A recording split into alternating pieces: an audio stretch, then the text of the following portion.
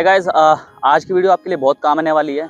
जैसे कि क्रिकेट के अंदर नो बॉल से एक तरीके से आज की डेट में तो एक तरीके से क्राइम माना जाता है कि अगर आप नो बॉल कर रहे हैं तो ये बहुत ज़्यादा एक तरीके से क्राइम की तरह देखा जाता है, क्योंकि नो बॉल तो हुई उस पर अगर आपको विकेट मिला वो तो गया ही गया। सेकंड चीज़ क्या है, अगली बॉल भी आपके किसी काम नहीं आने वाली, वो भी एक तरीके से फ्री हिट है। बैट्समैन आराम से उसको कोई भी शॉट मार सकता है, उसको आउट होने की कोई परवाह नहीं, और साथ में आपकी अगेन बाउंड्री और सिक्स लगने के बहुत ज़्यादा चांसेस हो जाते हैं। तो एक तरीके से नो बॉल एक तरीके से क्राइम ही माना गया है, और इसको कैसे ठीक कर सकते हैं आज उसके ऊपर बात करेंगे और आपके बहुत काम आएगी वीडियो। पहले कमेंट करके बताएं कि आपको खुद क्या आपको लगता है कि आपको नो बॉल होती है तो क्या दिक्कत आती है, जिसकी कि मैं आपको रिप्लाई करके बता सकता हूँ आप क्या चीज़ें चेंज कर सकते हैं। अब बात करते हैं नो बॉल की। अगर मैं आपको बताऊँ, देखो अगर आप मैच के अंदर बॉलिंग कर रहे हो, ठीक है, आपकी नो बॉल नहीं हो रही है लेकिन एक अचानक से नो बॉल हो जाती है, तो उसका रीज़न क्या है? सबसे पहला रीज़न उसका है कि आपने गलत पॉइंट से जंप लिया है। तो वो जो जंप का जो पॉइंट है कि हमें कहाँ से जंप करना है, कहाँ हमारा बैकफुट पड़ रहा है, वो ठीक होना बहुत इंपॉर्टेंट है। अब उसको आप कैसे ठीक करोगे वो मैं आपको बताता हूँ। आप पहले जहाँ पे भी बॉल डाल रहे हैं, चाहे आप नेट में भी अगर आप बॉल डाल रहे हैं, चाहे आपकी नो बॉल हो रही है, सपोज करें कि अगर मैं यहाँ पर नो बॉल की लाइन बनाऊँ तो आप नेट के अंदर बॉल डाल रहे हैं तो आपकी नो बॉल हो रही है। तो आपको क्या देखना है कि जब आप बॉल डाल रहे हो अपने किसी फ्रेंड को बोले कि जिस पॉइंट से आप जंप कर रहे हो, जैसे कि मान लो अगर मैं सामने से दिखाऊं, जिस पॉइंट से आप जिस पैर से जंप कर रहे हो, ये वाला पैर एक तो आपको देखना है कि जहाँ पे आपका पैर से जंप कर रहे हो अपने फ्रेंड को बोले वो देखिए कि कहाँ पर पड़ रहा है, कहाँ से जंप कर रहे हो। दूसरा, जंप के बाद जो आपका पैर लैंड कर रहा है बैकफुट, वो देखना है। तो इस पैर से आपने जंप करा, वो नोटिस करें किस पॉइंट से हो रहा है और लैंडिंग किस पॉइंट पे हो रही है। अब दोनों चीज़ों का आपको डिस्टेंस जब मिल जाएगा तो उसको मेजर कर लीजिए कि आपका कितना मेजर हो रहा है, मतलब इस दोनों के बीच का जो गैप है वो कितना है। अब उसको कैसे मेजर कर सकते हैं?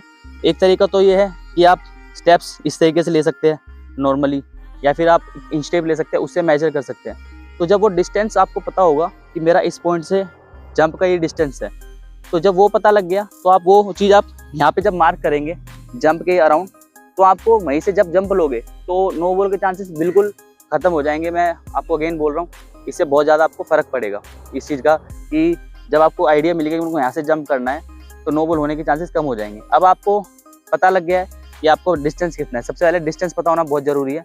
देन उस डिस्टेंस को आपको कहाँ से लेना है, आपका जो विकेट है ये आपका एक स्टेप लोगे तो जब आप यहाँ पे लाइन बनाओगे, एक आपको यहाँ लाइन बना देनी है। अब यहाँ से वो डिस्टेंस लेना है और जहाँ पे भी वो डिस्टेंस आ रहा है उस चीज़ को वहाँ पे मार्क कर दे एंड देन अपने रफ में वहाँ से जंप करे, बिल्कुल भी नो बॉल नहीं होगी। एक तो ये तरीका है, इसको आप अप्लाई कर सकते हैं। दूसरा तरीका क्या है, कई बॉलर्स क्या करते हैं, नो बॉल के पास आके यहाँ से जंप करते हैं और यहाँ के मार्क कर लेते हैं। यहाँ पर तो ये बिल्कुल इनप्रैक्टिकल चीज़ है। अगर आप वहाँ से जंप लेके यहाँ मार्क करोगे, अब यहाँ भाग कर है, अगर मैं यहाँ मार्क कर रहा हूँ और मैं यहाँ से जंप ले लूँगा तो रफली बैक फुट यहाँ आ जाएगा और यहाँ से फ्रंट फुट क्रॉस हो ही जाएगा। तो ये चीज़ से बचना है कि आप नो बॉल के लाइन के यहाँ से जंप नहीं करते हो। इसको भी जंप करने के दो तरीके होते हैं, आइदर या तो आप अपने जो बैक फुट वाला एरिया यहाँ से स्टेप करके जंप करके जो भी आपका मार्क है वहाँ लगा सकते हैं, या फिर अगेन यहाँ से आप 3 स्टेप ले लीजिए, 1 2 3 एंड यहाँ से एक लंबा जंप करें। तो ये 2 तरीके भी आप मेजर कर सकते हैं कि अपना कि कहाँ से आपको जंप करना है। अगेन सबसे बेस्ट तो यही है कि जो मैंने आपको बताया कि आपको जब जंप का डिस्टेंस पता लग जाएगा अपने बैक फुट और फ्रंट फुट का, तो उसको जब आप यहाँ से, सबसे बेस्ट तो यही है कि अपना जंप का डिस्टेंस मेजर करें, एक पैर छोड़ के यहाँ से उस डिस्टेंस को निशान लगाए कितना था एंड वहाँ से जंप करें। आप इस चीज़ से आ जाएंगे तो नो बॉल के चांसेस बहुत ज़्यादा कम हो जाएंगे। तो इस चीज़ का जरूर ध्यान रखना है कि किस पॉइंट से जंप लेना है। और नेक्स्ट चीज़ एक आपको मैं बताना चाहूँगा कि जो आपका रनअप है वो एक इक्वल होना चाहिए। ऐसा नहीं कि आप कभी कहीं से भाग रहे, कभी कहीं से भाग रहे, कभी 15 कदम से भाग रहे, कभी 17 से भाग रहे, कभी 20 से भाग रहे, वो चीज़ नहीं होना चाहिए। एक जो चीज़ रनअप है वो फिक्स कर लिया तो फिक्स कर लिया, वहीं से आपको हर बॉल डालनी है।